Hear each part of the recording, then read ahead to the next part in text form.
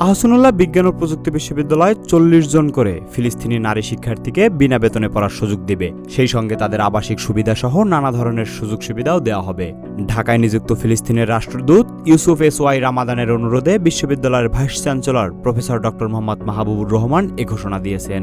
এ সময় গাজার অধিবাসীদের উপর ইসরায়েলি সেনাবাহিনীর বর্বর গণহত্যা ও অমানবিক অত্যাচারের তীব্র নিন্দা ও প্রতিবাদ জানান ভাইস চ্যান্সেলর। বাংলাদেশি জনগণ ফিলিস্তিনি জনগণের প্রতি সবসময় সহানুভূতিশীল বলে উল্লেখ করেন তিনি। গতকাল বৃহস্পতিবার ভাইস চ্যান্সেলর কার্যালয়ে গিয়ে তার সঙ্গে সাক্ষাৎ করেন রাষ্ট্রদূত। তারা পারস্পরিক স্বার্থ সংশ্লিষ্ট বিভিন্ন বিষয়ে আলোচনা করেন। এ সময় ফিলিস্তিনের রাষ্ট্রদূত আহসানুল্লাহ বিশ্ববিদ্যালয়ে পড়তে আগ্রহী ফিলিস্তিনি শিক্ষার্থীদের বিনা বেতনে পড়ার বিষয়ে উপাচার্যকে অনুরোধ করেন। তোফায়েল আহমেদ, সবার কথা।